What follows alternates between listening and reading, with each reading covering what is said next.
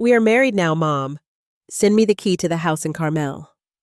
My son's words sliced through me like a blade of pure ice. No hello, how are you?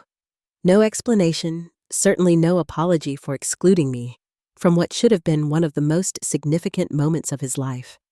Just a demand delivered with the entitled expectation of someone who has never been denied anything.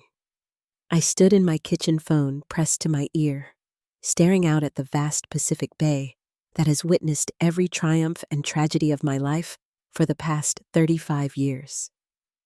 The same ocean that carried my father's ashes, my husband's ashes, and will someday carry mine. Aaron. I managed my voice steadier than my heart. You got married? Yeah, last weekend. Look, Amber has always dreamed of honeymooning at the Carmel house. We need the keys ASAP. We are thinking of heading there tomorrow for 6 weeks, maybe longer.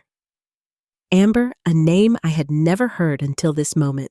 My new daughter-in-law, apparently though, I could not picture her face, did not know her voice, had not been given the chance to welcome her to our family. And now they wanted my home. Not just any home, but the iconic beachfront property my father, Henry Clark, had purchased with the proceeds from his legendary screenplays. The home where Hollywood royalty had once gathered around our dinner table, where my children had built sandcastles, where I had held my husband's hand as he took his final breath 6 years ago. I did not know you were seeing someone seriously, I said, choosing my words carefully. I would have loved to attend your wedding. It was just a small thing, spontaneous. You would not have enjoyed it anyway. His dismissal was casual, practiced. So, the keys, can you have them messengered over today? A memory surfaced. Aaron, at 7 years old, standing in this very kitchen, demanding the last piece of chocolate cake that I had been saving for his sister. When I had suggested he share it, he had thrown a tantrum that ended with the cake on the floor and no dessert for anyone. Some patterns establish themselves early. Aaron. I have not even met Amber. Perhaps you could both come for dinner first. We could celebrate properly. Mom, there is no time for that. Amber has auditions scheduled next month. This is our window for the honeymoon. His impatience crackled through the phone. It is just a house. You can stay at your condo in San Diego. Just a house. As if the walls that had absorbed decades of laughter, tears, and whispered confidences were merely an asset to be utilized at his convenience. Your sister is bringing the girls for their usual summer visit next week, I reminded him, referring to Grace's teenage daughters who spent every July with me, a tradition as reliable as the tides. They can skip a year or stay at a hotel. Grace can afford it with that university salary. I closed my eyes, feeling a familiar weight settling over me. The weight of being the family peacekeeper, the one who accommodates, who yields, who smooths the waters, disturbed by my son's perpetual wake. It was a role I had played since David died, perhaps even before. But something was different today. Perhaps it was the sheer audacity of his demand. Perhaps it was the complete disregard for family bonds. Or perhaps, at 68, I had simply reached my limit. Who is she, Aaron? I asked quietly. What Amber, your wife? The woman you have apparently known long enough to marry, but not long enough to introduce to your family. She is an actress, incredibly talented. You will meet her eventually. Look about the keys. How long have you known her? An irritated sigh. Does it matter? We are in love. It is the real deal. Now can we get back to... It matters to me, I said, my voice finding a firmness I had not needed to use with him since he was a teenager. I am trying to understand why my son would get married without his family present, then immediately demand access to a family home that holds significant meaning to all of us. Jesus, Mom, it is not that complicated. We wanted privacy for our wedding and a nice place for our honeymoon. Why are you making this so difficult? The problem with raising children in privilege is that entitlement can take root when you are not looking like an invasive species that seems harmless until suddenly it is choking everything of value. I need to think about this, Aaron, I said finally. This is all very sudden. What is there to think about? It is the family beach house. I am family. I need it for 6 weeks. Simple, not simple. Nothing about this was simple. Not the marriage I knew nothing about. Not the timing of this request. Not the gnawing suspicion forming in my gut that there was more to this story than impulsive romance. Let me consider it, I said. I will be in touch soon. Mom, we need an answer now. Amber has already started packing. She is so excited about I said I will be in touch. My tone left no room for argument, a remnant of the authority I had once wielded effortlessly when my children were young. Congratulations on your marriage, Aaron. I look forward to meeting Amber soon. I hung up before he could push further, setting my phone down on the counter with deliberate care. For several minutes, I simply stood there, looking out at the Pacific Bay that had borne witness to every chapter of my life. The tide was coming in waves, crashing against the shore with increasing intensity. They wanted my house, not just any house, but the soul of our family, the repository of our most precious memories. And they wanted it without so much as a proper introduction. I picked up my phone again, scrolling to a contact I had not used in years. Owen Hayes, private investigator, the same man who had discreetly handled several delicate matters for my late husband.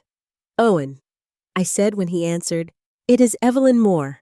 I need your services very discreetly, very quickly. After explaining what I needed, I made a second call, this one to my attorney, Laura King. Laura, I need to make some immediate changes to my estate plans. How quickly can we execute this? As I outlined what I wanted, a plan began forming in my mind. Aaron and his mysterious bride wanted access to the Carmel house. They would receive something far more valuable than keys, the truth. I smiled as I ended the call. A smile not of happiness, but of resolve. I would not be rushing to messenger over the keys as my son so confidently expected. Instead, I would prepare a different kind of wedding gift. One that would reveal exactly what kind of woman had married into our family and exactly what kind of mother I really was. Sometimes, at 68, you discover that you are not quite finished surprising people, even yourself. 2 days later, I personally delivered an elegantly wrapped box to Aaron's downtown loft in San Diego, leaving it with his doorman with instructions that it was a wedding gift requiring immediate attention. Inside was not the key to the Carmel house, but something that would make his new bride scream like nothing else could. I simply smiled, hung up the phone, and waited for the inevitable explosion. When you have lived in Hollywood circles as long as I have, you develop a certain instinct about people. My father used to call it the screenplay sense, the ability to see the hidden motivations driving a character's actions to anticipate the plot twist before it is revealed. It served him well through 35 years of screenwriting, and it has served me equally well through 68 years of life. Something about Aaron's sudden marriage set off every alarm bell I possessed. Owen Hayes understood urgency. Within hours of my call, he had a preliminary report on Amber Reed Nelisa Grant, born in Fresno, to unremarkable parents who still lived in the same modest ranch house where she had grown up. She has reinvented herself thoroughly, Owen explained during our meeting in a discreet cafe far from Carmel. Changed her name legally at 22, erased her accent, constructed an entirely new background standard procedure for many in the industry, but she has been particularly thorough. I sipped my Earl Grey, absorbing this information. And her acting career: minimal credits, few commercials, background work, one speaking role in an independent film that never saw distribution. He slid a folder across the table. But her relationship history is where things get interesting. The folder contained photographs, dates, and names, a meticulous chronicle of Amber's romantic entanglements over the past 5 years. Director Mark Evans, 30 years her senior, whose period drama had featured Amber in a small but pivotal role until their engagement abruptly ended after filming Wrapped. Producer Adam Lee, whose streaming series mysteriously cast her over more established actresses until their relationship cooled when the show was not renewed. Each relationship followed the same pattern: an older established man in a position of power, a brief period of professional advancement for Amber, then a carefully orchestrated exit once she had secured what she needed. "And Aaron?" I asked, studying a recent photograph of my son and Amber at some industry event, his arm possessively around her waist, her smile calculated for maximum impact. "They met approximately 5 months ago at a charity event for the Western Film College." Owen hesitated. "A charity event hosted at your Carmel house last March, which you did not attend due to your sister's health issues." The revelation hit me like a physical blow. She was in my home before meeting Aaron. According to my sources, Owen continued, she attended specifically to network with industry executives. Several witnesses recall her asking detailed questions about the property itself. Who owned it, its history, its value. So the house was the target from the beginning. I murmured, pieces falling into place. Not Aaron. Mr. Moore was likely identified as the access point after the event, Owen said carefully. His reputation for Owen searched for a diplomatic phrase. Being susceptible to beautiful, ambitious women is fairly well known in certain circles. A polite way of saying my son had a pattern of being manipulated by women who recognized his insecurities and exploited them. His father and I had tried addressing this tendency during his early 20s, only to be dismissed as interfering and out of touch.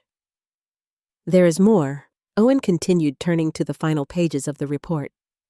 Ms. Reed has been meeting with real estate developers specializing in converting residential properties to commercial use, specifically luxury boutique hotels.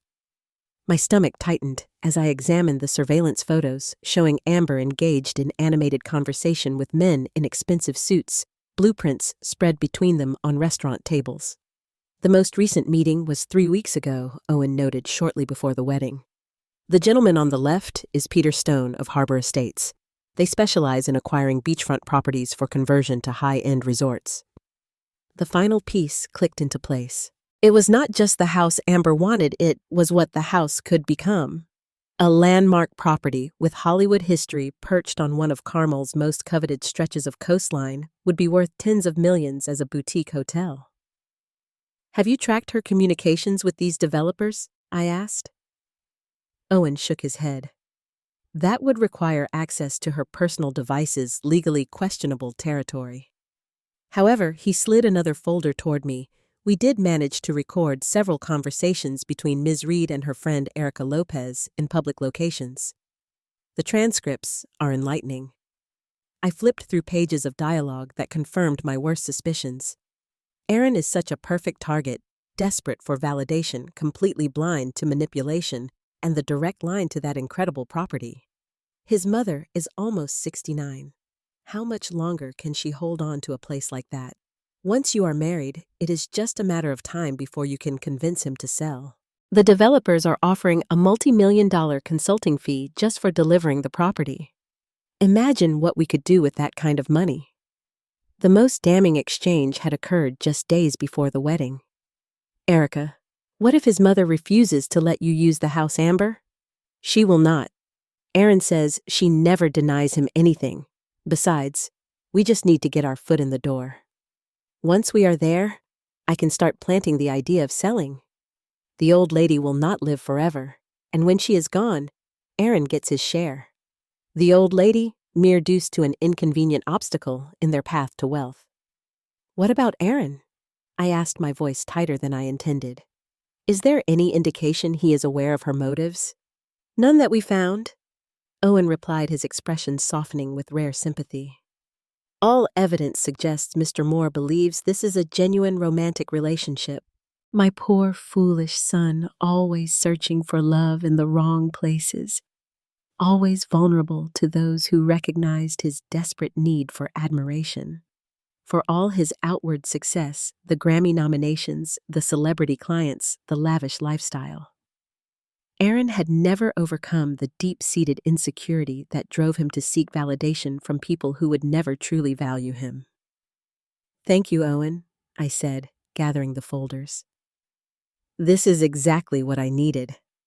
"What will you do now?" he asked.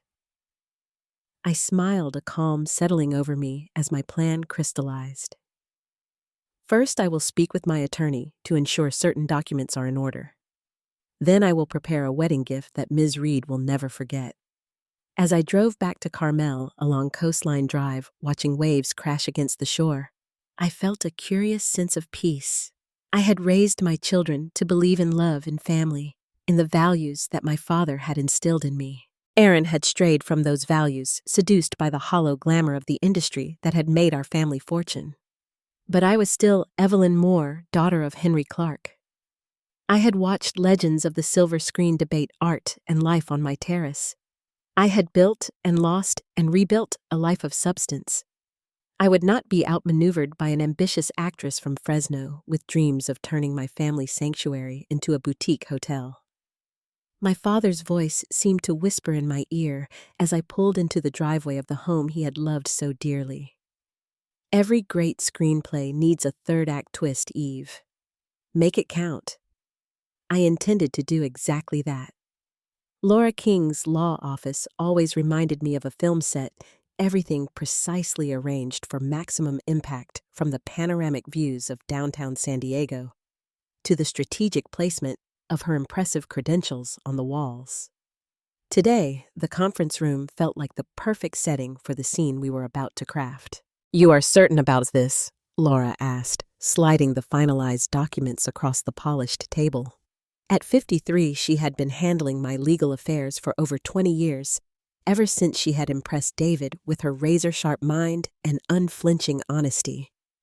"Absolutely certain," I replied, signing where indicated.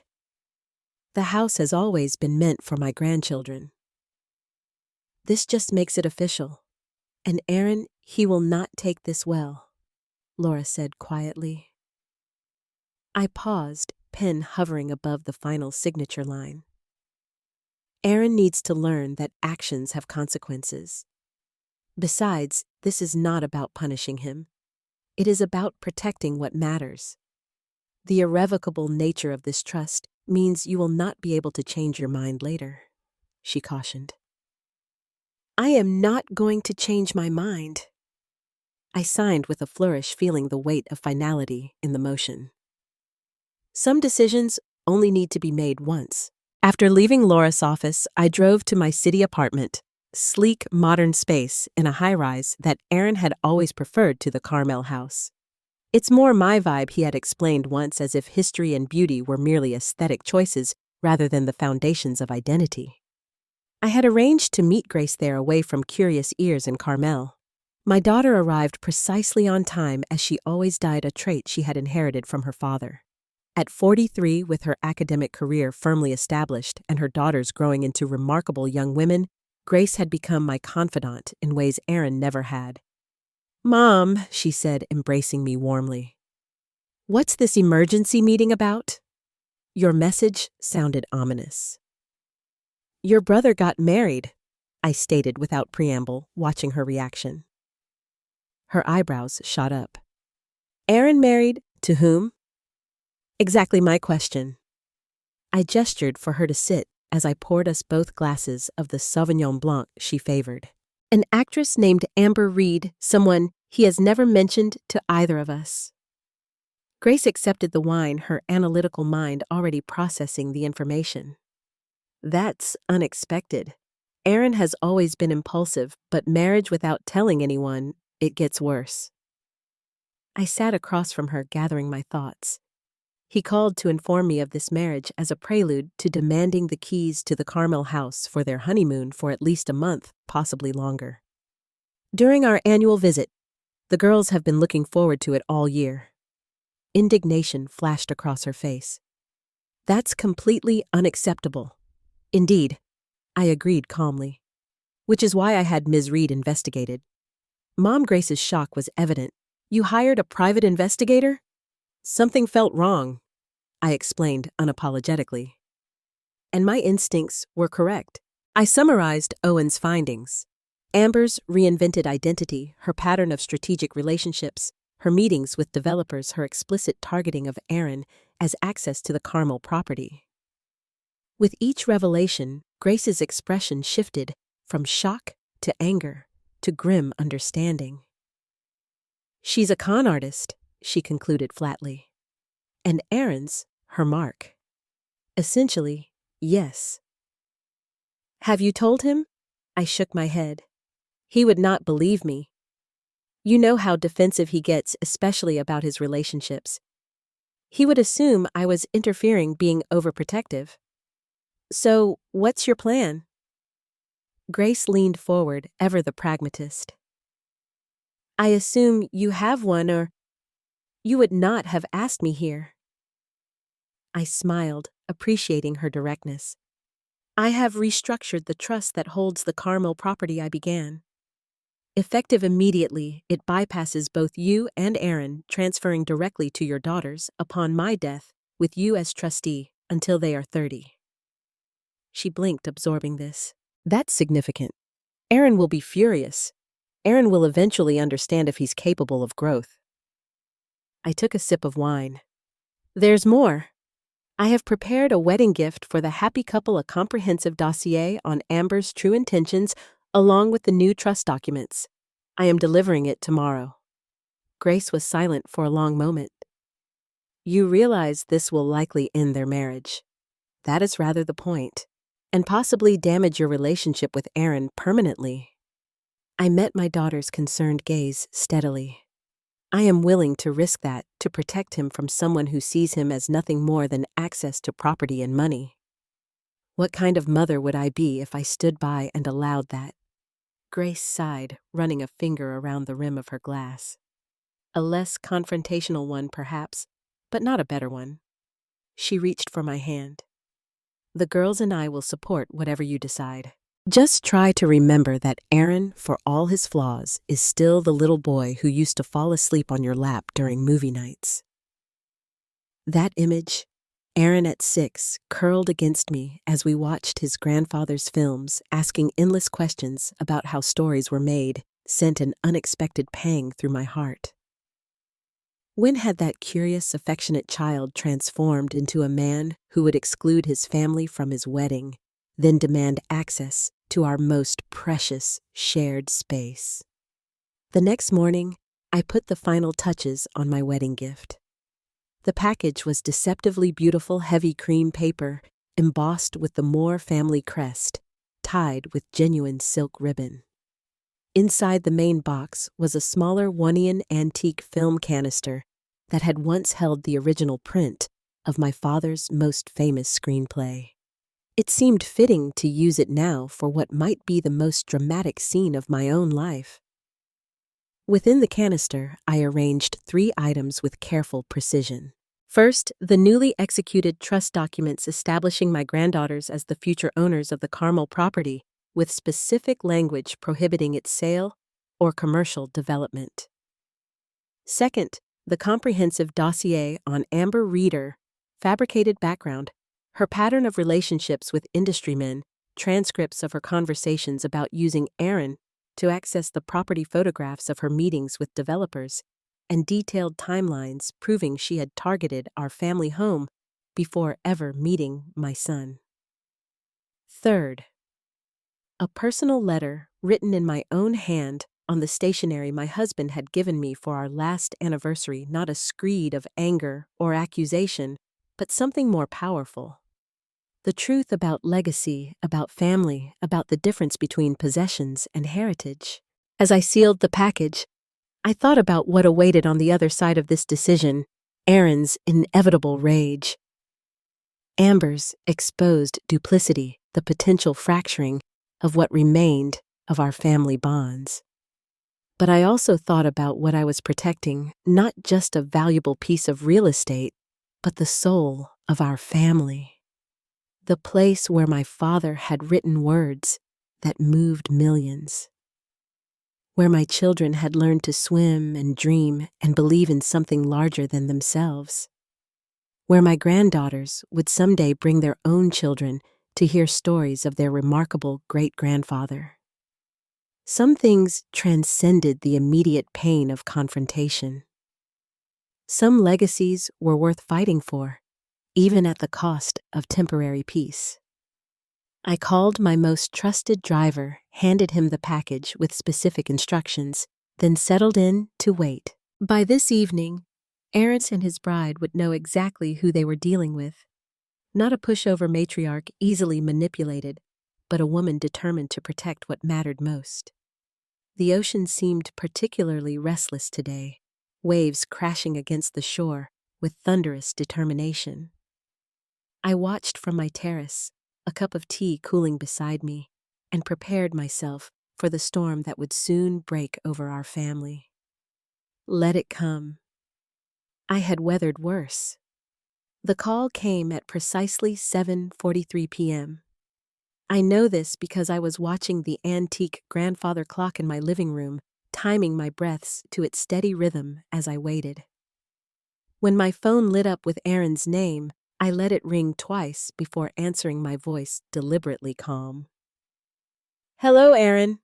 What followed was not speech, but a cacophony. Amber's high-pitched screaming in the background, objects crashing, my son's voice strained beyond recognition. "What the hell did you do?" Aaron's words finally cut through the chaos. "I sent a wedding gift," I replied evenly. "I take it you've opened it. Are you insane? Amber is—" His voice cut off as another crash sounded, followed by more unintelligible screaming. Having difficulty maintaining her composure, it seems, I observed. "Perhaps that's what happens when one's true intentions are exposed." "These allegations are completely false," he sputtered. But the uncertainty beneath his outrage was palpable. "You fabricated this entire I don't fabricate evidence, Aaron. Everything in that dossier is meticulously documented, the transcripts, the photographs, the timeline. Your bride has been planning to use you to access the Carmel property from the moment she set eyes on it, before she ever met you." Another crash in the background, Amber's voice suddenly clearer. "That bitter old, she can't prove anything." "Actually, I can," I murmured, though I doubted Aaron could hear me over the commotion on his end. "And I already have the trust documents," Aaron said, his voice dropping. "You changed the inheritance, cut me out completely. I protected the house from those who see it only as a commodity to be exploited," I replied, keeping my tone matter-of-fact, though my heart ached at the betrayal in his voice.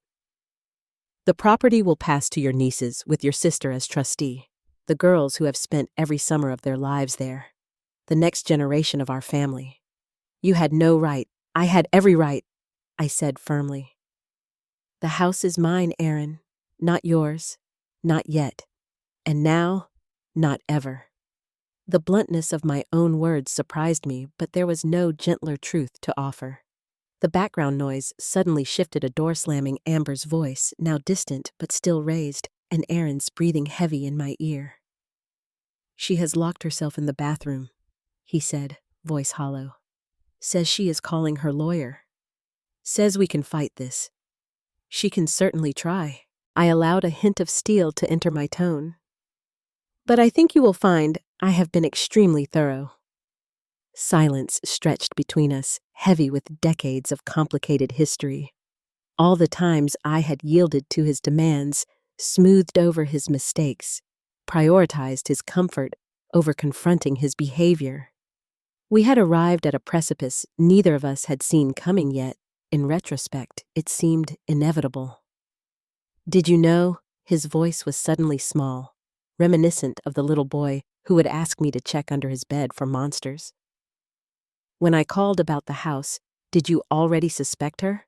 "I suspected something was not right," I admitted. "The timing, the secrecy, the immediate demand for the house, it fit a pattern I have observed before." "In my relationships, you mean?" Bitterness crept into his tone. "Because I am such a predictable failure at them. Because you have allowed yourself to be vulnerable to a certain type of manipulation," I corrected gently. "There is a difference." Another crash from his end, followed by Amber's voice suddenly crystal clear, as if she had grabbed the phone. "You think you are so clever, do you not?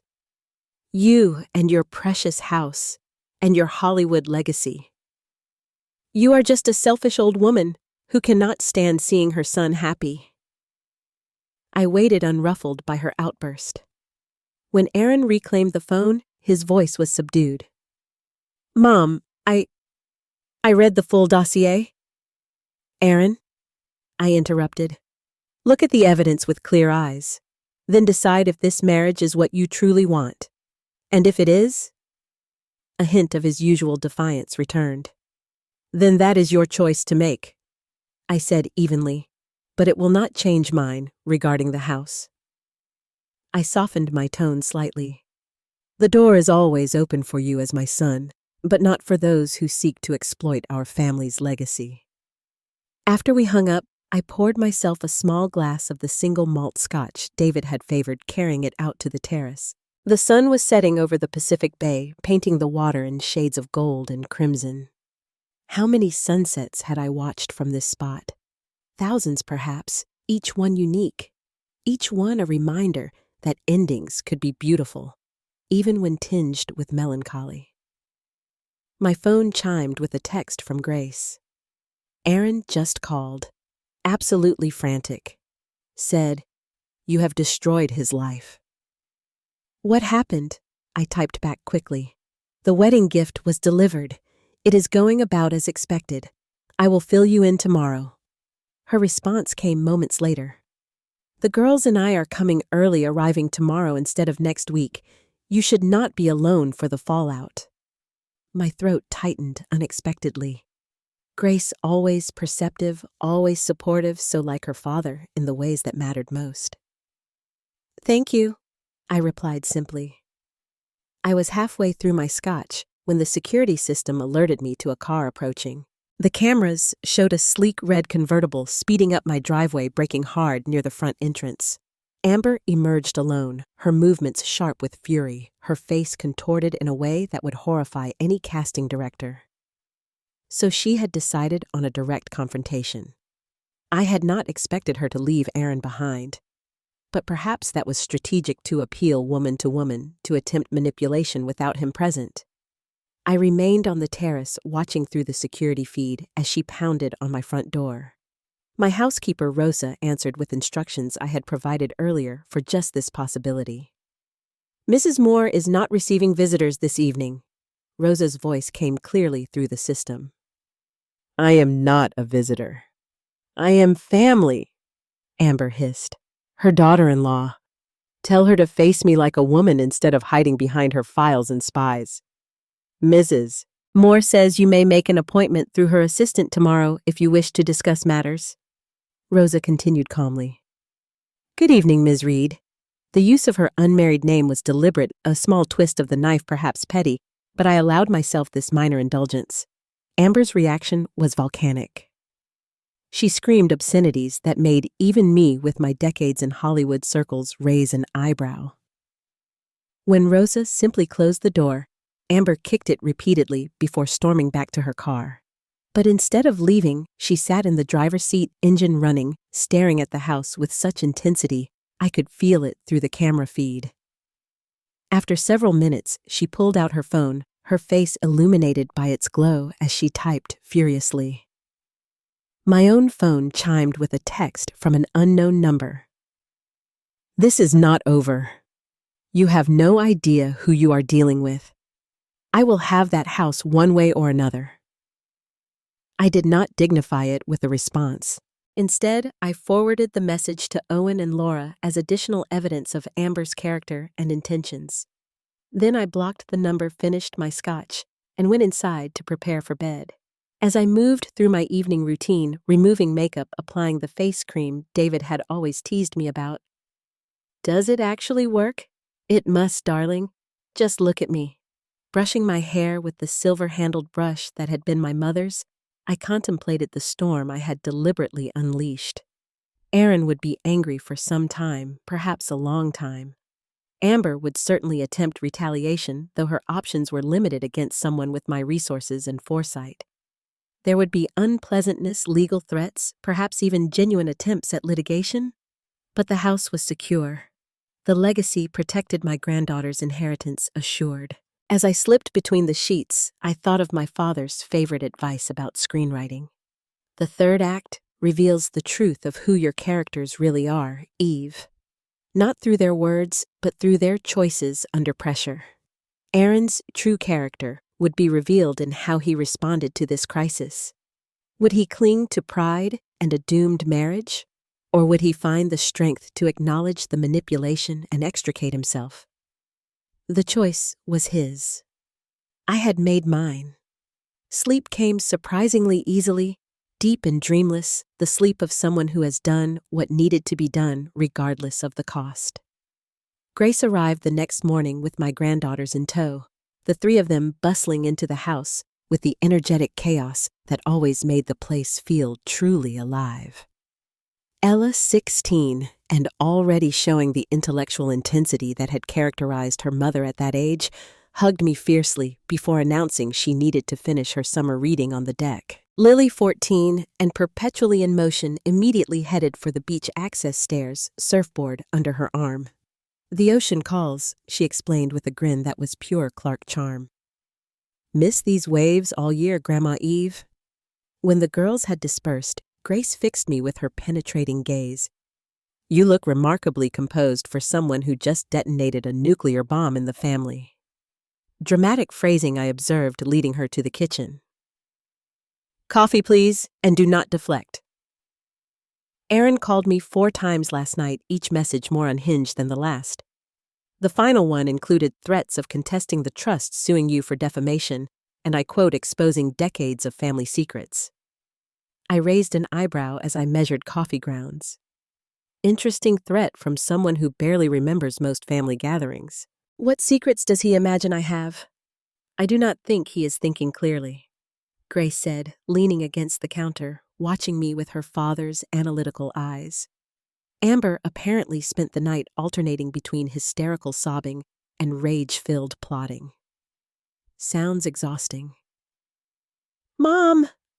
Grace's tone sharpened.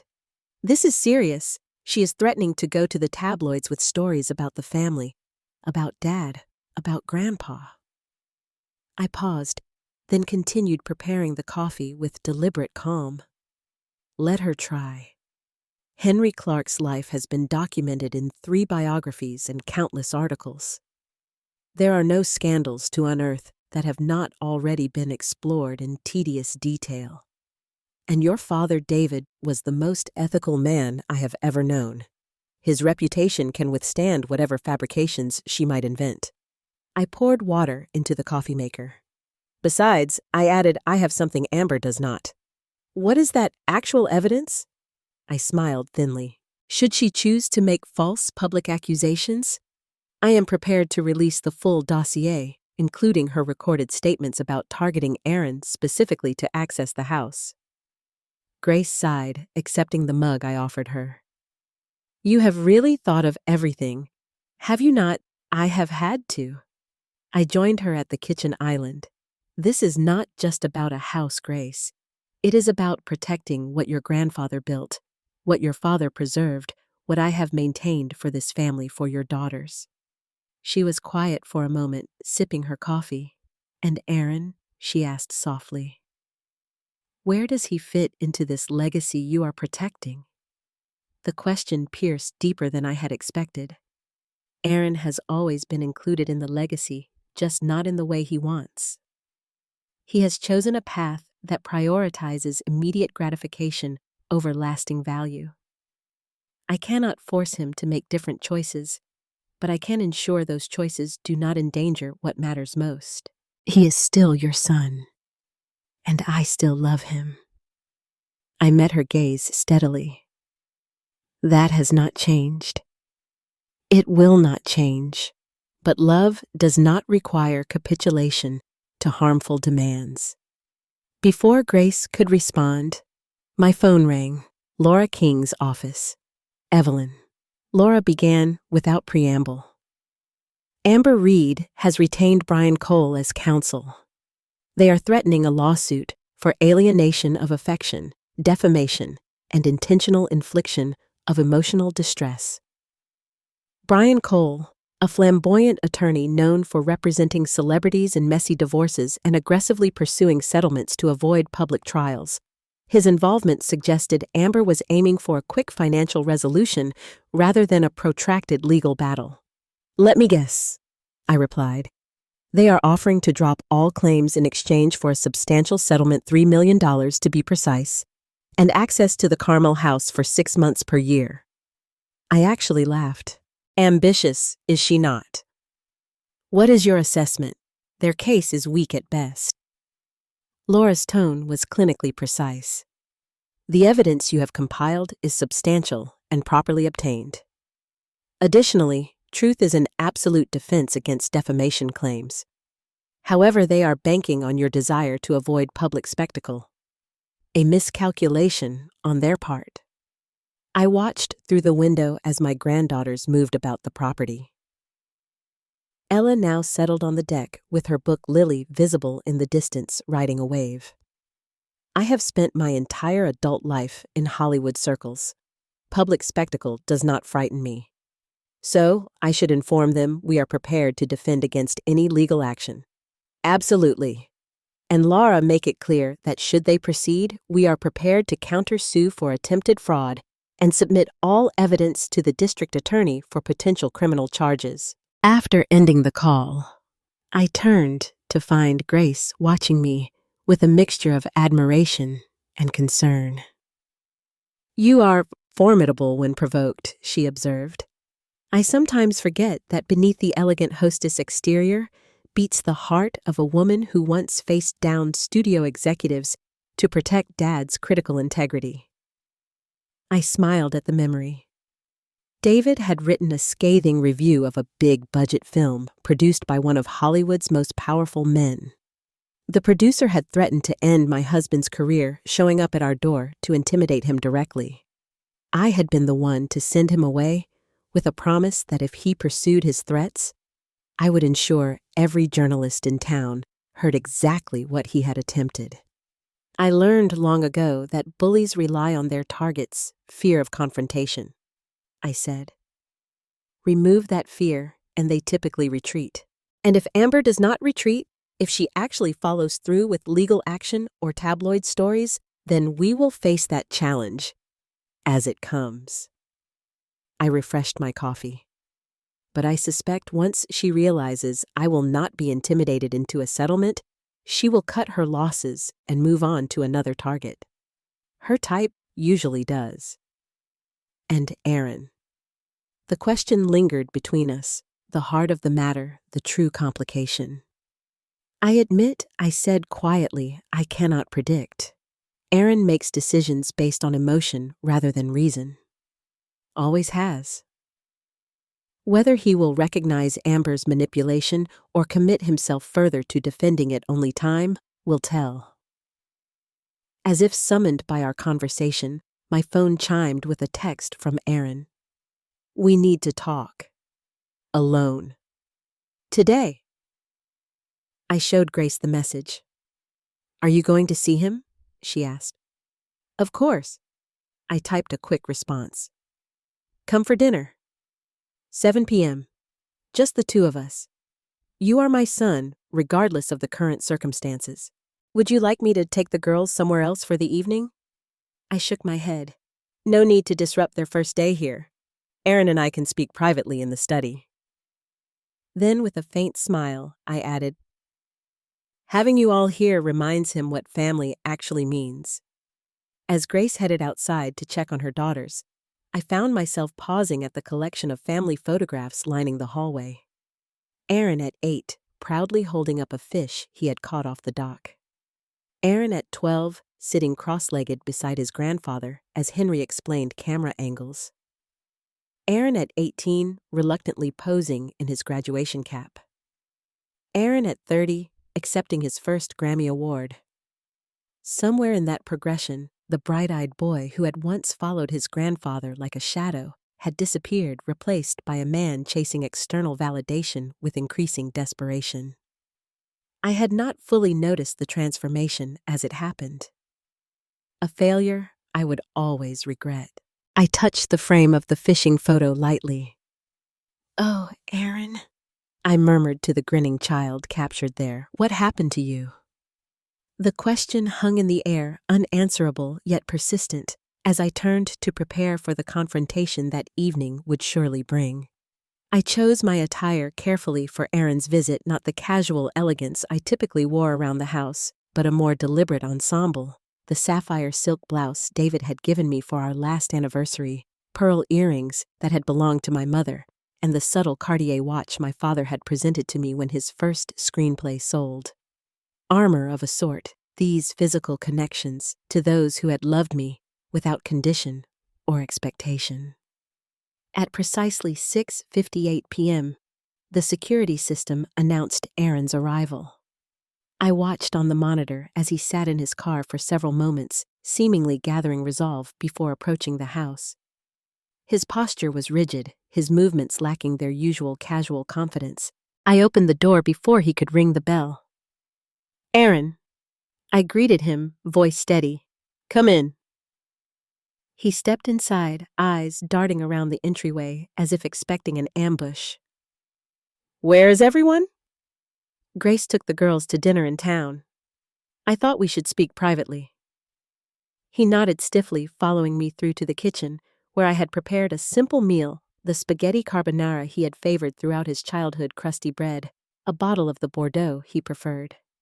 Small gestures of maternal memory that seemed to catch him off guard. "You cooked," he observed, surprise momentarily displacing his defensive posture. "I still remember how." I gestured toward the table already set for two. "Shall we?" For several minutes, we engaged in the performance of a normal dinner, serving food, pouring wine, the mechanical motions of knives and forks against plates. The silence stretched between us taut with unspoken accusations. Aaron broke first, setting down his fork with a sharp click. "I want to understand why you did it." "Did what specifically?" I took a deliberate sip of wine.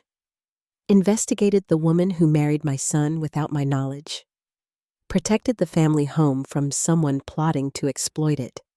Altered my estate plans to ensure my granddaughter's inheritance. All of it." His voice tightened. "The whole calculated attack on my marriage?" "Not your marriage, Aaron. Amber's deception." I set my glass down carefully. "There is a difference. You do not know her." "Not really.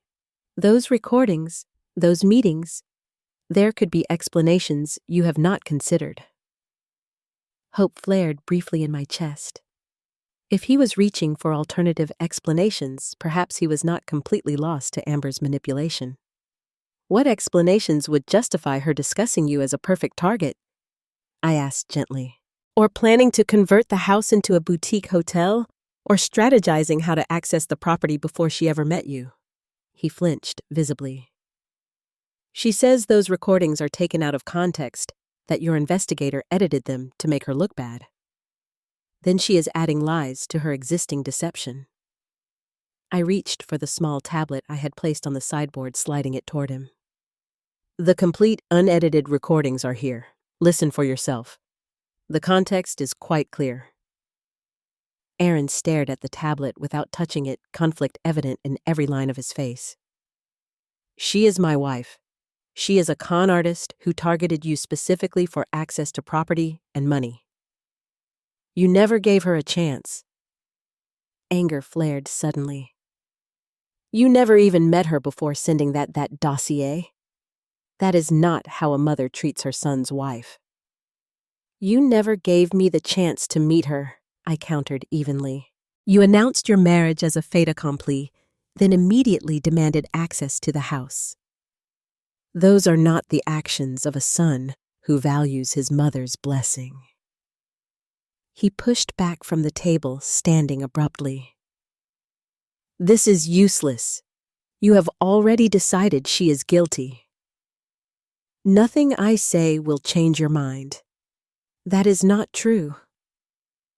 I remained seated, maintaining my composure with effort.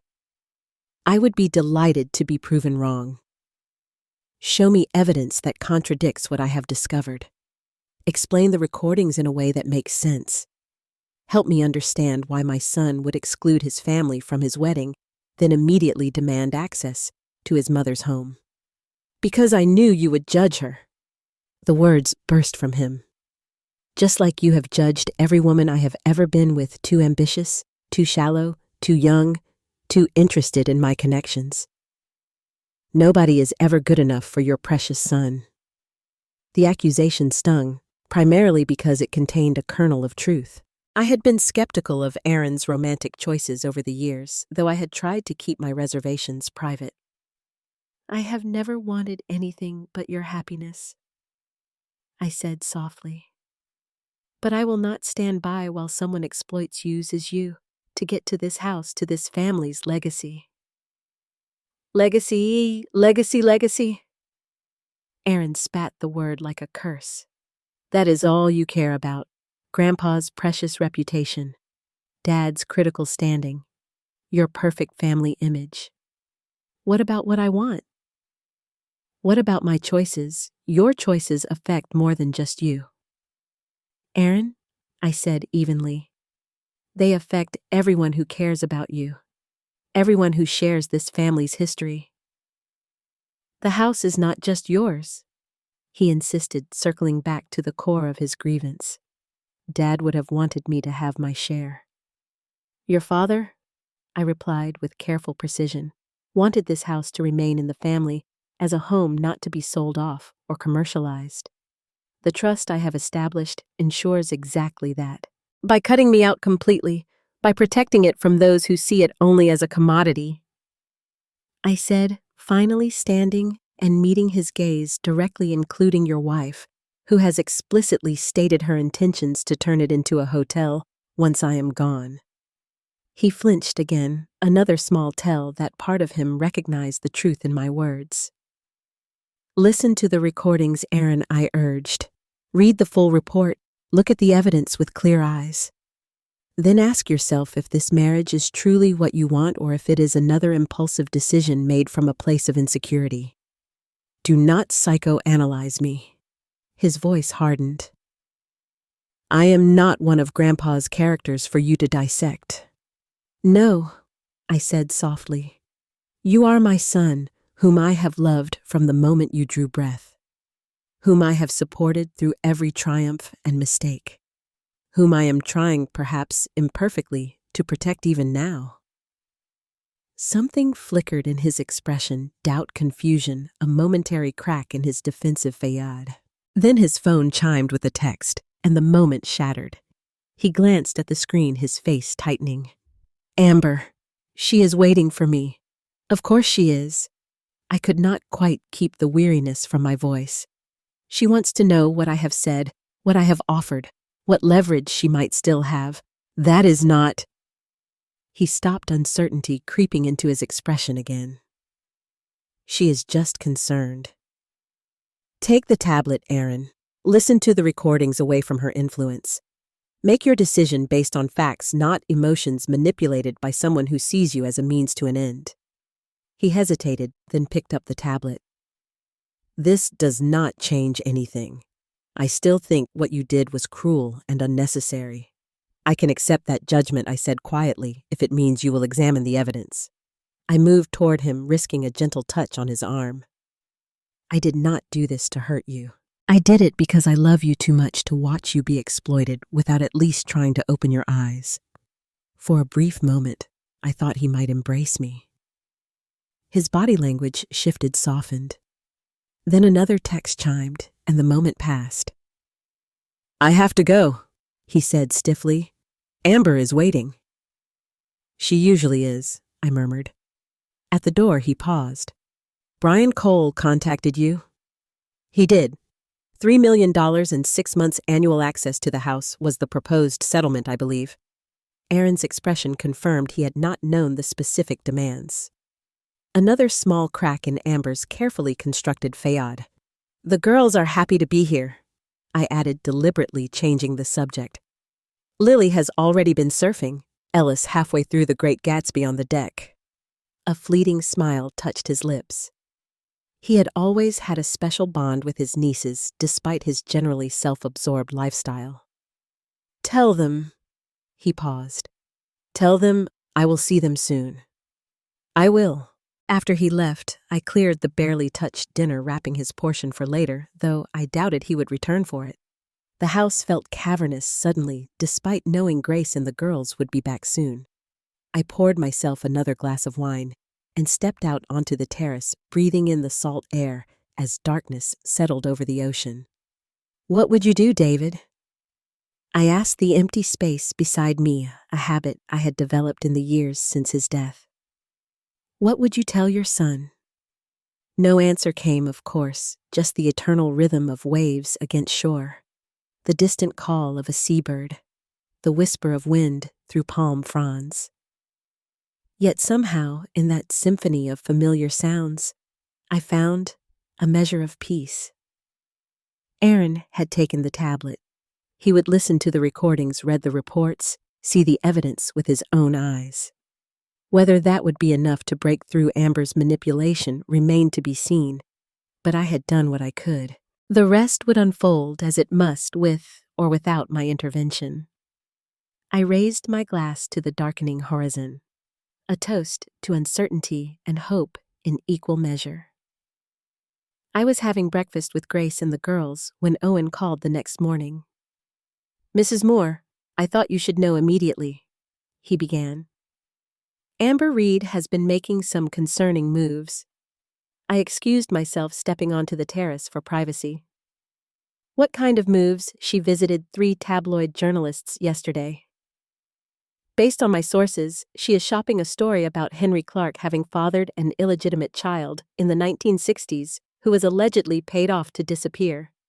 She is claiming to have documentation." The accusation was so absurd I nearly laughed. "That is impossible." My father's life was scrutinized by multiple biographers. There was no secret child.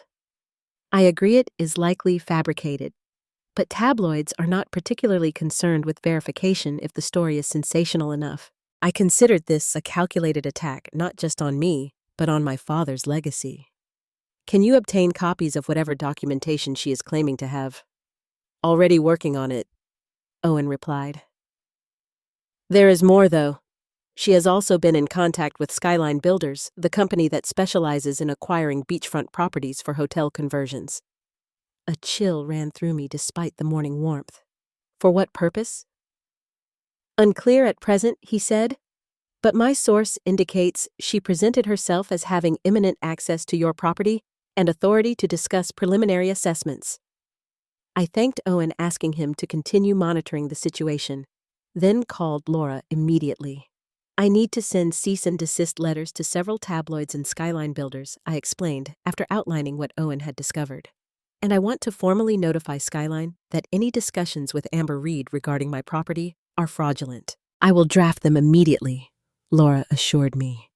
"And I would suggest we prepare for the possibility that she will escalate to actual defamation. We should have a response strategy ready." After ending the call, I remained on the terrace watching my granddaughters on the beach below. Lily was attempting to teach Ella to surf, both of them laughing as Ella tumbled into the gentle waves. The sight centered me, a reminder of what truly mattered beyond the current drama. Grace joined me, coffee cup in hand. More complications, I briefed her on Amber's latest maneuvers. Her expression darkened with each detail. "She is despicable," Grace concluded. "Attacking Grandpa's reputation with manufactured scandals, that crosses a line. It is a desperate move," I agreed. "She is losing control of the narrative and striking out however she can." "Have you heard from Aaron since last night?" I shook my head. "Not yet, but he took the tablet with the complete evidence. He will listen to it eventually, even if just to try disproving it." And when he cannot, Grace's voice held a rare edge. "When he realizes you are right about her, then he will have a difficult choice to make." I watched a pelican dive into the ocean, emerging with its prize, and we will need to be there for him regardless of how he handles it. We spent the morning engaged in normal family activities, a deliberate choice to maintain stability for the girls amid the unfolding situation. I taught Ella to make my mother's famous cinnamon rolls while Grace took Lily shopping for a new wetsuit. The rhythms of ordinary life continued despite the extraordinary circumstances surrounding us. Shortly after noon, my phone rang with a number I did not recognize. I answered cautiously. Mrs. Moore, a young woman's voice said, hesitant but determined. "This is Erica Lopez. I was Amber's friend." The name registered immediately. The friend featured in several of the recorded conversations discussing the plan to target Aaron and access the house. "Yes, Miss Lopez, I know who you are. I need to talk to you about Amber, about what she is planning now." 20 minutes later, Erica arrived at the house, a striking young woman in her mid-20s, with an anxious energy that manifested in constantly adjusting her jewelry as she sat across from me in the living room. "I want to be clear," she began. "I am not doing this out of loyalty to you or your son. Amber and I had a falling out last night. She has gone too far." In what way, I kept my tone neutral, revealing nothing.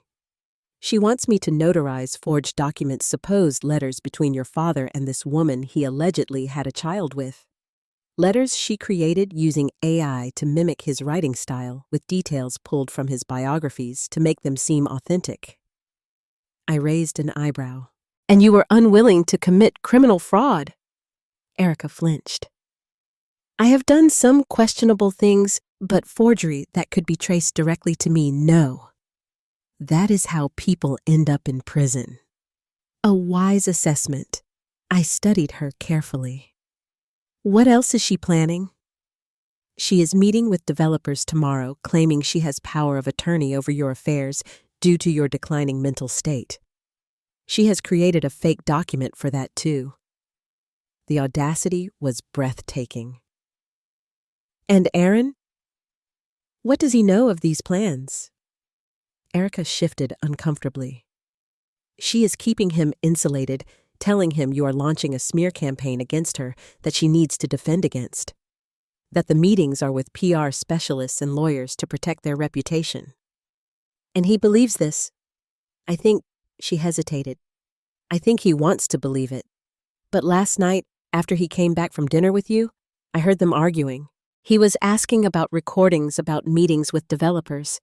She was crying, saying you had fabricated everything to break them up. Did he seem convinced by her explanations?" "Not entirely." Erica twisted her ring nervously. "That is partly why she is accelerating her plans. She is afraid she is losing her grip on him. I absorbed this information, assessing its reliability." "Why are you telling me this, Miss Lopez?" "The real reason." She met my gaze directly for the first time.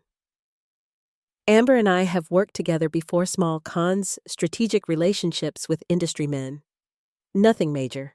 But this targeting your family, fabricating scandals, forging documents, it is crossing into territory that could have serious legal consequences. I am not going down with her. Self-preservation, then not altruism. Still, the information was valuable." "Do you have copies of these forged documents?" I asked.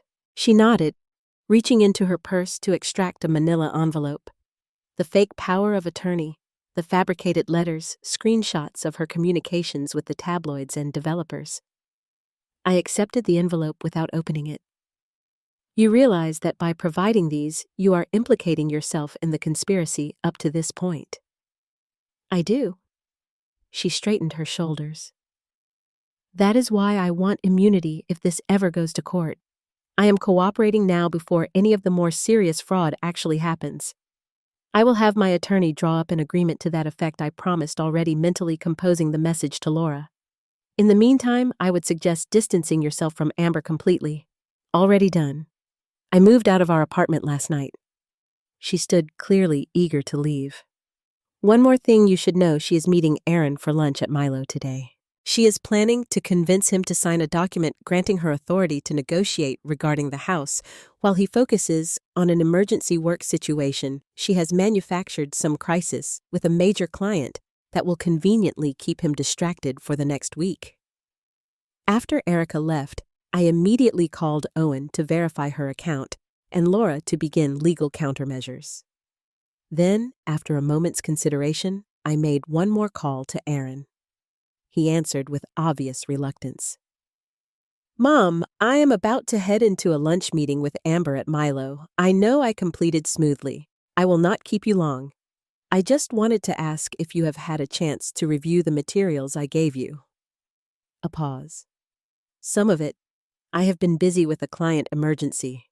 A sudden crisis that requires your immediate attention, pulling you away from other concerns." I kept my tone conversational. "How convenient." His breathing changed a slight hitch that told me my words had struck a nerve. "What are you implying?" "Nothing. Just an observation on timing." I shifted to the real purpose of my call. "Aaron, whatever document Amber asks you to sign today, regarding the house, regarding me, regarding anything of significance, I strongly suggest you read it very carefully. Perhaps even have your own attorney review it first." "How did you—" He stopped himself. "You are having her followed. I am protecting my interests," I corrected gently. "As you should protect yours." After a long silence, he spoke again, his voice uncharacteristically subdued.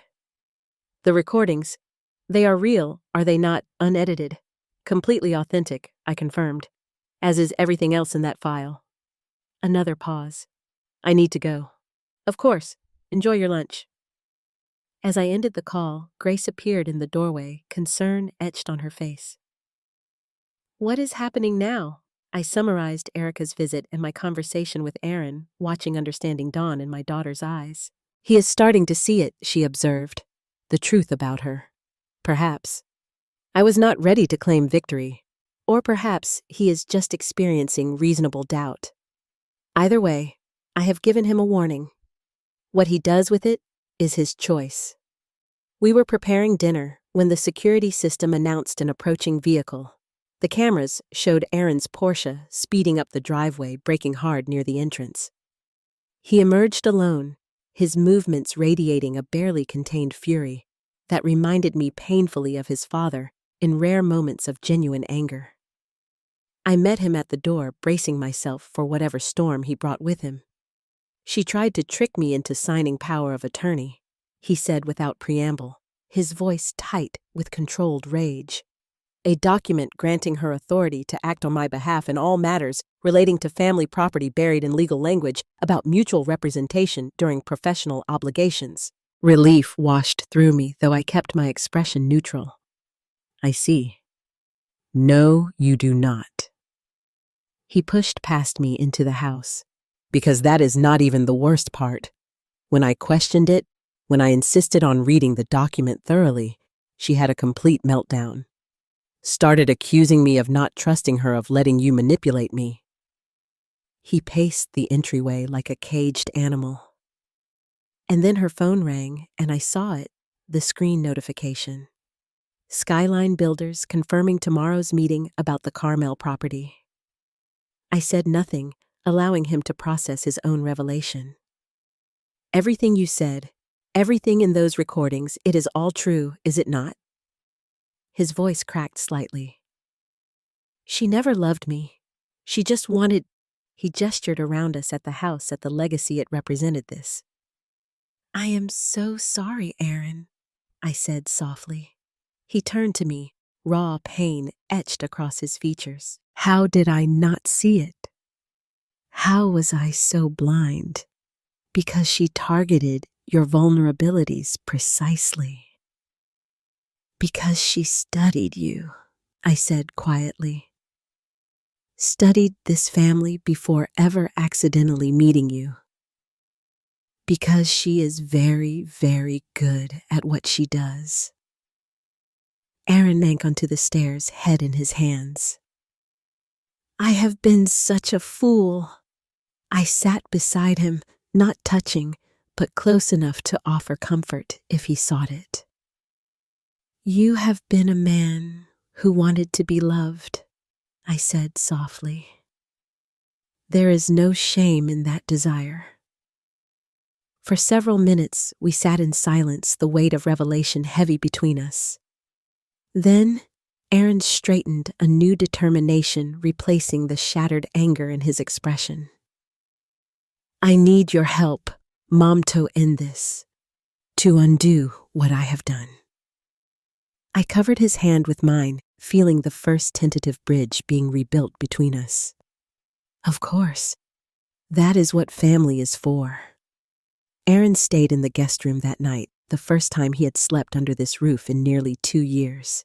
I heard him pacing well past midnight, his footsteps a restless rhythm above my bedroom. When morning came, he appeared in the kitchen looking haggard but resolute. The boyish charm that had defined him for decades was stripped away, revealing something harder, more defined. I have been ignoring her calls and texts, he said, accepting the coffee I offered. There were 42 overnight, increasingly frantic. What do you want to do? I asked, giving him the space to direct what came next. He met my gaze directly. End it completely, but I need to understand exactly what I am dealing with first. He gestured to the folder Erica had provided. May I slid it across the counter. It is not pleasant reading. For the next hour, Aaron reviewed everything: the forged power of attorney document, the fabricated letters allegedly from Henry Clark, the screenshots of Amber's communications with tabloids and developers. With each page, his expression hardened further. She was planning to declare you mentally incompetent, he said finally, his voice flat with controlled anger. To have me granted conservatorship, then transfer control to herself through this fraudulent power of attorney. Yes, and to smear Grandpa's reputation with these fake love letters and a non-existent illegitimate child. Yes. He closed the folder with deliberate care. I want her gone from my life, from this family, from this house. Permanently. That can be arranged, I replied, relief and sadness mingling as I watched my son confront the consequences of his impulsivity. Laura has already prepared divorce papers citing fraud and misrepresentation. They can be filed today. Do it. He ran a hand through his disheveled hair. And the tabloids, the developers. All her other schemes, cease and desist letters, have been sent. Skyline Builders has been formally notified that Amber has no authority regarding this property. Laura is preparing a formal complaint to the district attorney regarding the attempted fraud and forgery. Aaron nodded, a flicker of admiration breaking through his grim expression. You have been 3 steps ahead this entire time, have you not? I have had to be. I kept my tone gentle, not wanting to sound accusatory. When you exclude family from major life decisions, we are forced to react rather than participate.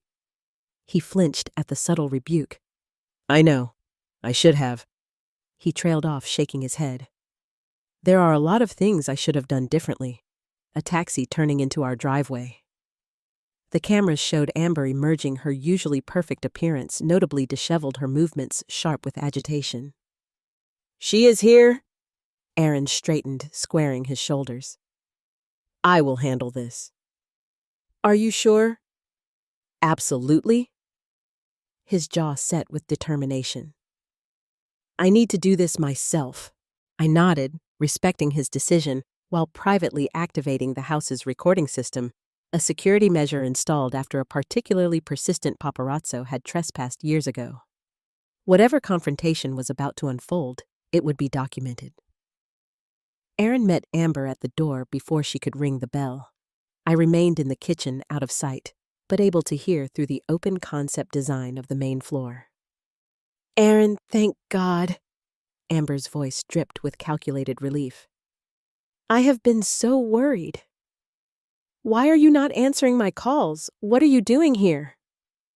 I think you know exactly why I am here. His tone was cold, controlled in a way I had rarely heard from my impulsive son.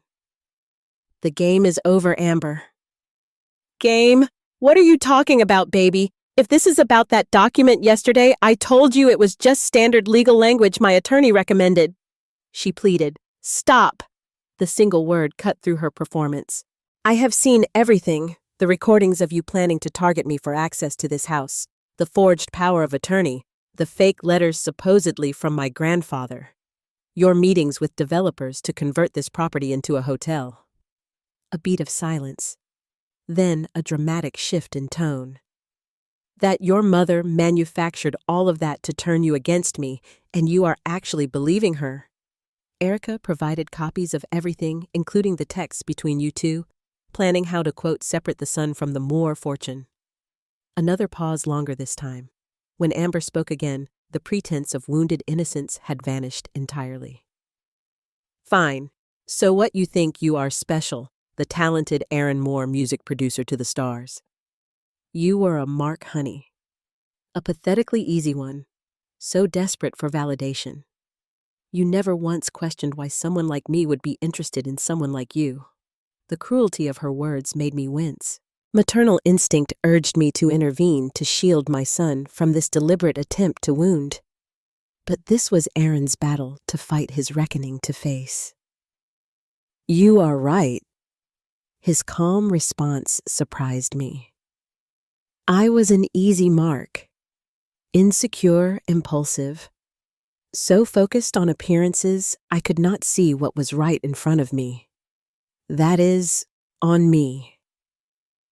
So what now? Amber's voice took on a calculating edge. You run back to mommy, file for divorce, pretend this never happened. It is not that simple. I am your wife. I have rights. You have nothing. Aaron's tone remained steady. The marriage was based on fraud and misrepresentation.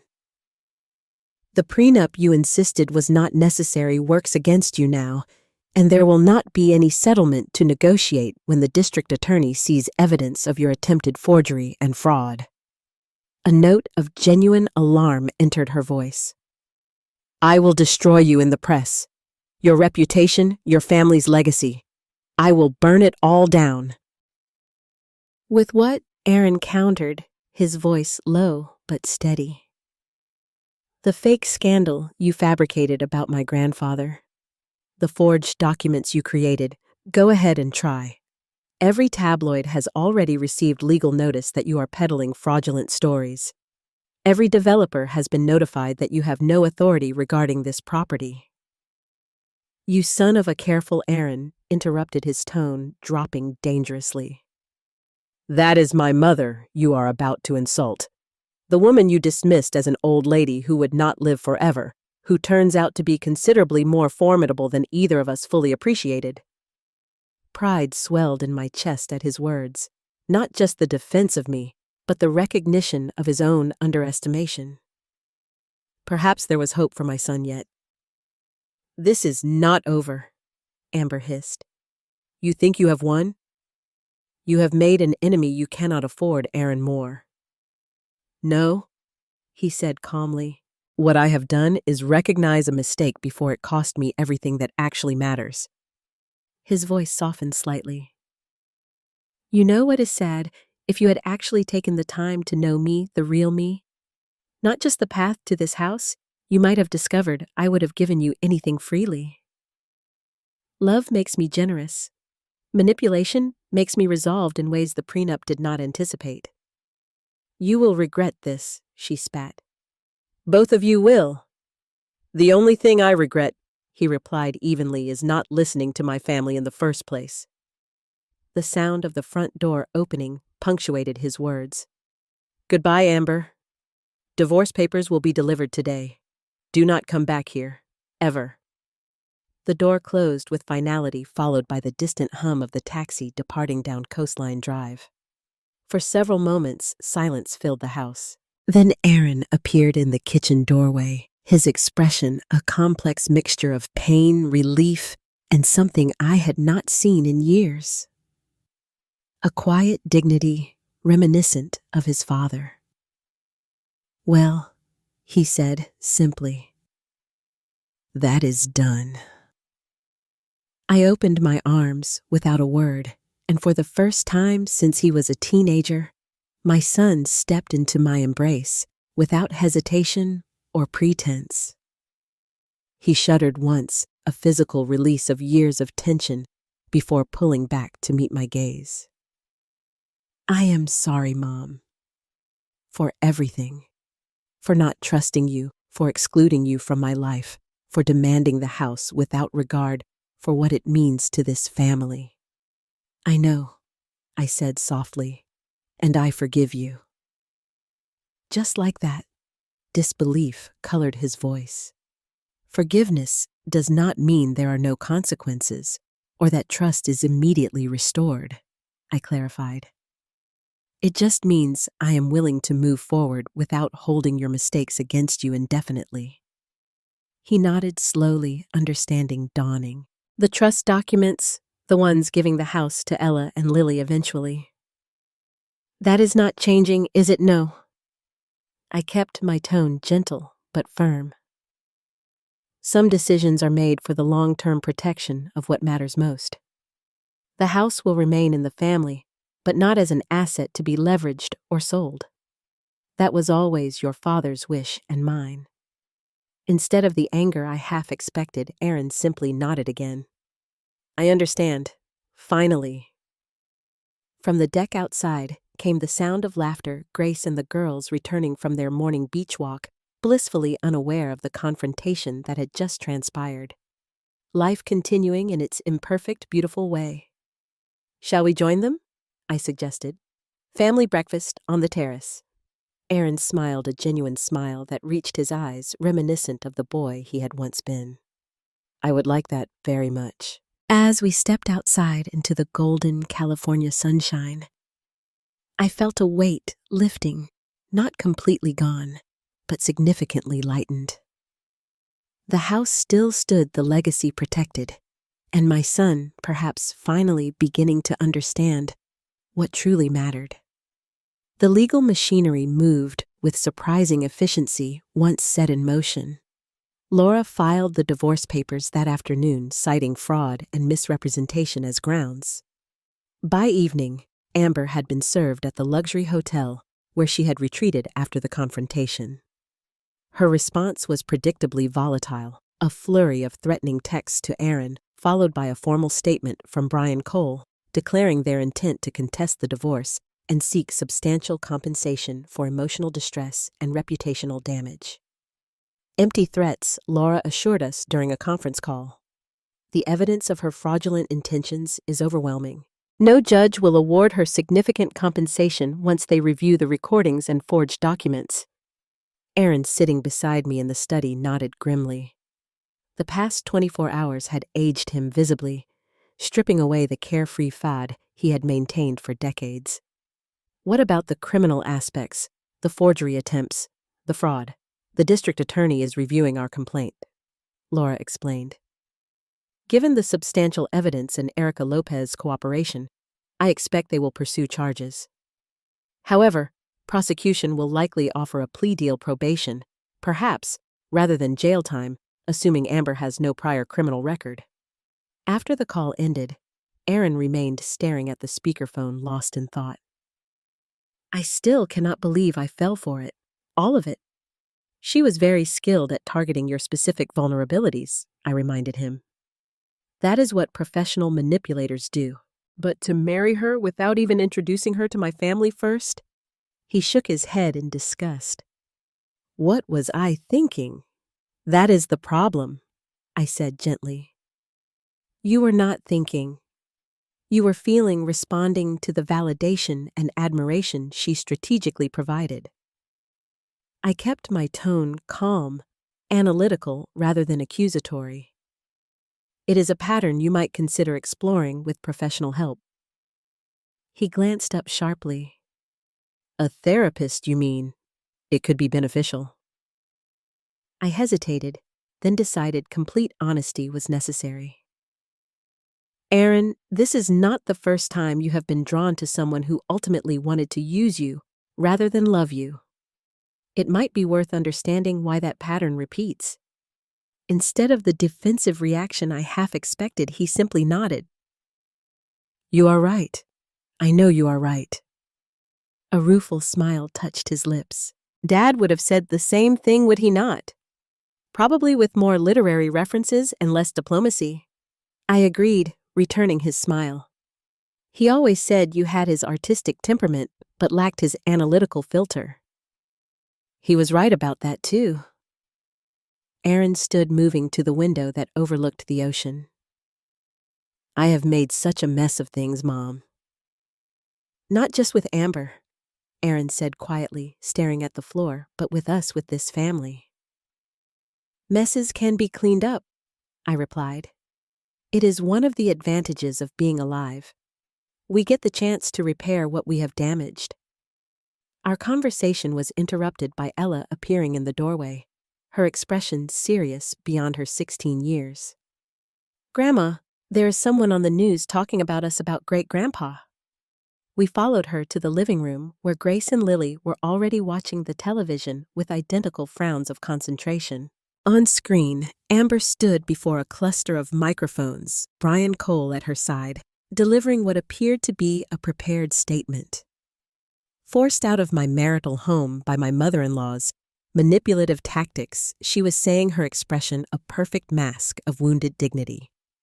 While I seek justice through legal channels, I feel compelled to share certain truths about the Moore family that have long been suppressed. Aaron's intake of breath was sharp beside me. She is actually doing it, going public with those fabricated stories. I placed a calming hand on his arm, watching Amber with clinical detachment as she launched into allegations about my father's secret child and hidden correspondence that supposedly proved his double life. We have copies of letters written by Henry Clark himself, she claimed, acknowledging his illegitimate daughter and arranging financial support in exchange for silence. These documents reveal the hypocrisy behind the Moore family's carefully constructed public image. Those are the forgeries Aaron explained to Grace and the girls created using AI to mimic Grandpa Henry's writing style. How do we stop this? Grace asked, her protective instinct toward our family legacy evident in her tense posture. Before I could respond, my phone rang. Owen, I said, answering immediately. I assume you are watching the press conference, he began without preamble. You should know we have identified Amber's documentation source. A woman named Patricia Lawson is claiming to be Henry Clark's illegitimate daughter with letters to prove it. Who is she, actually? I asked, unsurprised by this new development. An actress from Amber's former acting workshop. 62 years old, extensive background in regional theater. Financially struggling, based on her credit report. Amber approached her 3 days ago with this scheme. So they found someone the right age to play the role of my father's supposed daughter, I concluded. Convenient indeed. But here is where it gets interesting, Owen continued. Ms. Lawson's mother actually did work as a script supervisor at Paramount in the late 1950s, which gives her story just enough plausibility to make tabloids bite. I thanked Owen for the information, then turned back to my anxious family.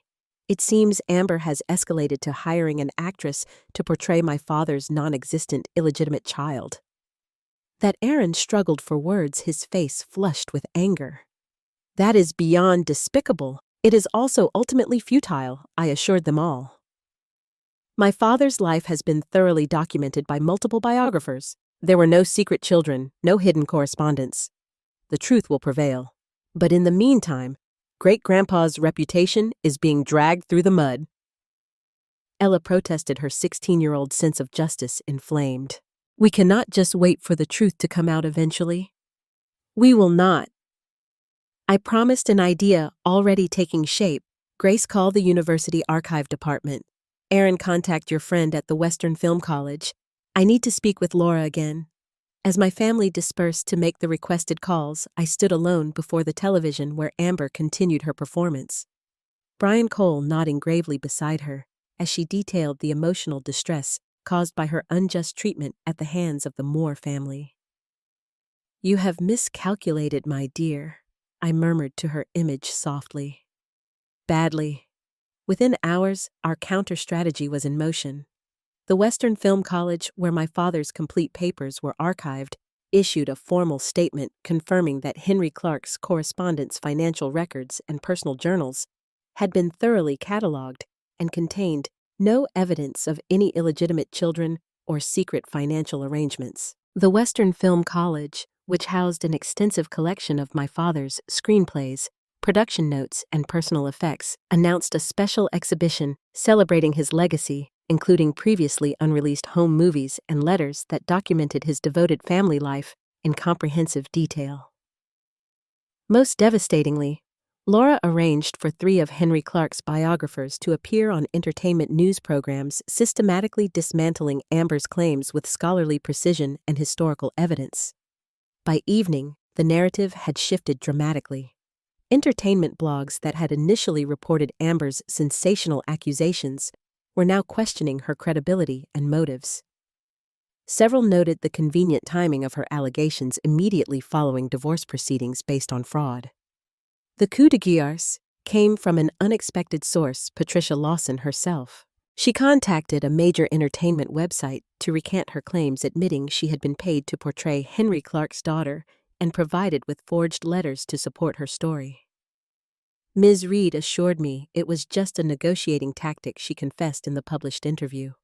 A way to pressure the Moore family into a settlement. I never intended to cause harm to Henry Clark's legacy or memory.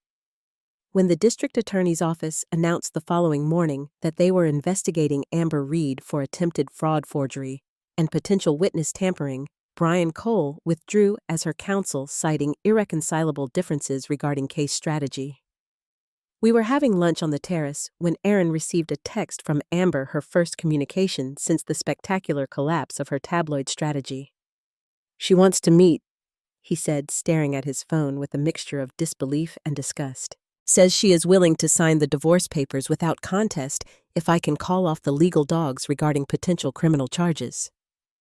"That is not actually within your power," Grace pointed out. "The district attorney pursues charges based on evidence, not the victim's preferences. Besides, I added agreeing to such a meeting would only give her another opportunity to manipulate or create a narrative that serves her purposes." Erin nodded slowly. "You are right, both of you." He typed a brief response, then set his phone aside with finality. "I told her to communicate through attorneys from now on, that any further direct contact will be added to the restraining order Laura is preparing." "Good for you," Grace said approvingly. "It is strange," he mused, gazing out at the ocean. "A week ago, I thought I was in love with her, ready to start a life together. Now I can barely remember what that felt like. It is like waking from a particularly vivid but ultimately meaningless dream. Some dreams fade quickly in the light of day, I observed, especially those built on illusion rather than substance." Below us on the beach, Ella and Lily were collecting shells, their animated conversation carrying up to us on the breeze. The sight of them, these remarkable young women who represented our family's future, filled me with profound gratitude that the crisis had been averted, the legacy protected for their eventual inheritance. "I have been thinking," Erin said, following my gaze to his nieces, "about what you said about getting professional help to understand my patterns. And I found a therapist. I start next week." He offered a self-deprecating smile. "Apparently, there is a waiting list for entertainment industry professionals with narcissistic tendencies and boundary issues."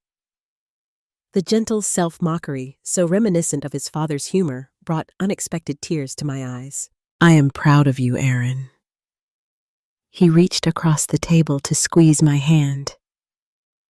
"Thanks, Mom. For everything. For seeing what I could not see. For fighting for what mattered when I was too blind to recognize its value." As we sat there, the 3 of us enjoying the simple pleasure of family lunch in the home that had witnessed so many chapters of our shared story, I felt a sense of peace settle over me. The storm had not destroyed us. If anything, it had strengthened the foundations that truly mattered. To new beginnings, Grace proposed raising her glass in a toast, and old wisdom Erin added, joining the gesture. I raised my own glass, heart full. To family, the real thing. 6 months can change everything or nothing at all. In our case, it was somewhere in between. Autumn arrived with golden light that transformed the Carmel coastline, casting long shadows across the terrace where I sat reviewing the final divorce decree. Erin's marriage to Amber was officially over-dissolved with remarkable efficiency once she realized the futility of fighting against the overwhelming evidence of her deception. The criminal charges had been resolved through a plea agreement, 3 years probation community service, and a restraining order preventing her from contacting any member of the Moore family. A relatively light sentence, but one that achieved our primary goal, removing her from our lives permanently. More importantly, those 6 months had brought healing, gradual, imperfect, but genuine nonetheless. Aaron had committed to his therapy with unexpected dedication, exploring the insecurities and patterns that had made him vulnerable to manipulation. He had moved into a smaller house in Venice Beach, deliberately stepping away from the ostentatious lifestyle that had defined him for decades. Less to prove, he had explained, simply when I visited his new place. Less to hide behind. Grace and the girls had returned to their lives in Northern California, where Ella was already researching film programs and preparing her applications, including Western Film College, where her great-grandfather's papers were archived, and Lily was becoming a competitive surfer, her natural talent honed by the summer spent on our private beach. And I had spent these months reflecting on the legacy I was safeguarding. Not just the physical property, but the values and connections it represented. The trust documents ensuring the house would pass to my granddaughters remained in place. But I had made one significant addition, a detailed family history recording not just the glittering moments of Hollywood success, but the harder lessons learned through crisis and recovery. Today, my family was gathering again, this time for a planned celebration rather than an emergency intervention. My 69th birthday, a milestone I approached with the serene confidence of someone who had recently been tested and found her strength intact. Aaron arrived first, bearing an enormous arrangement of hydrangeas, my favorite, and a small, carefully wrapped package. "Happy birthday, Mom," he said, embracing me with the easy affection that had once defined our relationship before ambition and insecurity had created distance between us. "You look beautiful." "Flattery?" I replied with a smile, but I will accept it graciously. In the kitchen, he moved with comfortable familiarity, helping Rosa prepare the appetizers for the evening's dinner. This, perhaps, was the most significant change: his willingness to participate in the mundane aspects of family life, rather than arriving late, making a dramatic entrance, then departing early for some industry event that could not possibly be missed. "Before everyone else arrives," he said, setting down the knife he had been using to slice cheese, "I wanted to give you this privately." He handed me the small package, watching intently as I unwrapped it. Inside was a leather-bound journal, its cover embossed with my initials. "Open it," he urged softly. I did, finding the first page inscribed in his distinctive handwriting. For my mother, who taught me that legacy is not measured in property or possessions, but in wisdom passed from one generation to the next. This is my contribution to our family story, imperfect, honest, and offered with love. The subsequent pages contained his writings, reflections on growing up as Henry Clark's grandson, David Moore's son, and Evelyn Moore's occasionally difficult child. Memories of this house, this beach, this family in all its complicated glory. Acknowledging mistakes, celebrating triumphs, exploring the values that had shaped him even when he had resisted their influence. "Aaron," I said, my voice thick with emotion, "this is extraordinary." It was my therapist's suggestion initially, he admitted, writing about the patterns I was trying to understand. "But it became something more," Aaron said quietly, his gaze steady. "A way of connecting with our family's history, with the legacy I nearly helped destroy." I embraced him, this son who had finally grown into the man his father and I had always hoped he would become. "This is the most meaningful gift you could have given me," I whispered. "There's more," he said, pulling back slightly, eyes bright with a mixture of pride and humility. "I've been working on a documentary about Grandpa Henry, not the Hollywood legend everyone thinks they know, but the man behind the typewriter, the father, the husband, the mentor to young writers. I've been interviewing people who knew him, digitizing his home movies, creating something that captures his true legacy. He would have loved that I said deeply moved not just by the project, but by the empathy and maturity it reflected. Using your talents to preserve his memory in an authentic way." "I thought maybe we could premiere it here," Aaron suggested, glancing toward the terrace doors. "A small screening on the deck where he used to tell us stories. Family first, then maybe a wider audience later." "Perfect," I said softly. "Absolutely perfect." An hour later, Grace arrived with Ella and Lily bringing gifts, and that joyful chaos that only 3 generations under one roof can create. As Rosa served dinner on the terrace, the Pacific stretched before us in shimmering blues, deepening with dusk. I looked around at these people who were my heart's true home. Ella, earnest and thoughtful, was discussing film preservation techniques with Aaron, her mind as sharp and curious as her mother's, yet tempered by her own quiet confidence. Lily, radiant with energy, was regaling us with tales of her latest surfing competition, her laughter carrying above the sound of the waves, so reminiscent of David, her grandfather, in his younger carefree days. Grace sat watching her daughters with quiet pride, catching my eye now and then, that silent understanding between mothers across generations. And Aaron, engaged and present in a way I hadn't seen in years, listening more than speaking, contributing without performing, finally finding his place within the family, not above it. As the sun began to sink toward the horizon, casting a golden glow across the table, I rose and lifted my glass. To 70 years I began, most of them good, some of them challenging, all of them part of a story still being written. To Grandma Eve, said Ella, raising her glass high, who showed us what strength really looks like. To this house, added Grace, her voice steady and everything it represents. To family. Aaron finished, his gaze meeting mine, filled with something deeper than gratitude, understanding. The real thing. Our glasses clinked as the sun touched the horizon, painting the sky in pink and gold colors no Hollywood set designer could ever truly replicate. In that perfect fleeting moment, I felt my father's presence, my husband's spirit, the continuum of love and legacy that bound us all across generations, across time. Later, as darkness fell and lanterns bathed the terrace in soft amber light, Aaron set up the projector. The screen flickered to life with Henry Clark's home movies, family gatherings, right here in this same place.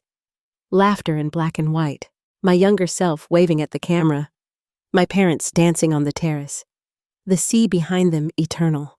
And as we watched together, the generations of our family framed by the same ocean, the same home, I realized the story wasn't ending.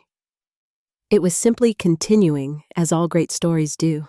Grainy images flickered to life, a much younger me, chasing a toddler Aaron along the shoreline, his laughter carried away by the wind. David, handsome and animated, debating film theory with my father on the terrace. My mother arranging flowers in the kitchen, her laughter bright and effortless, frozen forever in that moment of light. I'd forgotten these existed, I murmured, watching the ghosts of our younger selves move across the makeshift screen. They were in the Western Film College archive, Aaron explained softly. Grandpa donated them years ago, but they were never digitized until now. There are hours of footage, our history preserved in light and shadow. As we watched those precious fragments of the past, I felt a deep, almost sacred sense of continuity. The quiet understanding that while people may pass, something essential endures through the stories we tell, the values we pass on, the love we sustain across time. The house would remain, passing eventually to Ella and Lily as the trust stipulated. But the true inheritance, the one that mattered, had already been passed down.